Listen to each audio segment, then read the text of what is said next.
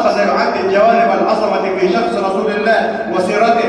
الكاتب الفرنسي جوستاف لوبون حين عمل كتابا سماه حضارة العرب، هؤلاء قرأوا وأكبوا على سيرة رسول الله ونحن نجهلها، وانشغلنا بسير أخرى، واشتغلنا برموز أخرى وقدوات أخرى. هذا هو قدوتنا. علموا شبابكم، لقد كان لكم في رسول الله أسوة حسنة لمن كان يرجو الله واليوم الآخر وذكر الله كثيرا.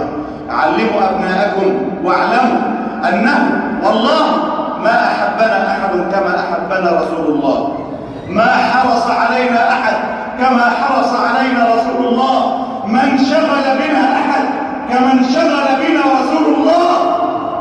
ذات يوم أم المؤمنين عائشة رضي الله عنها، والحديث في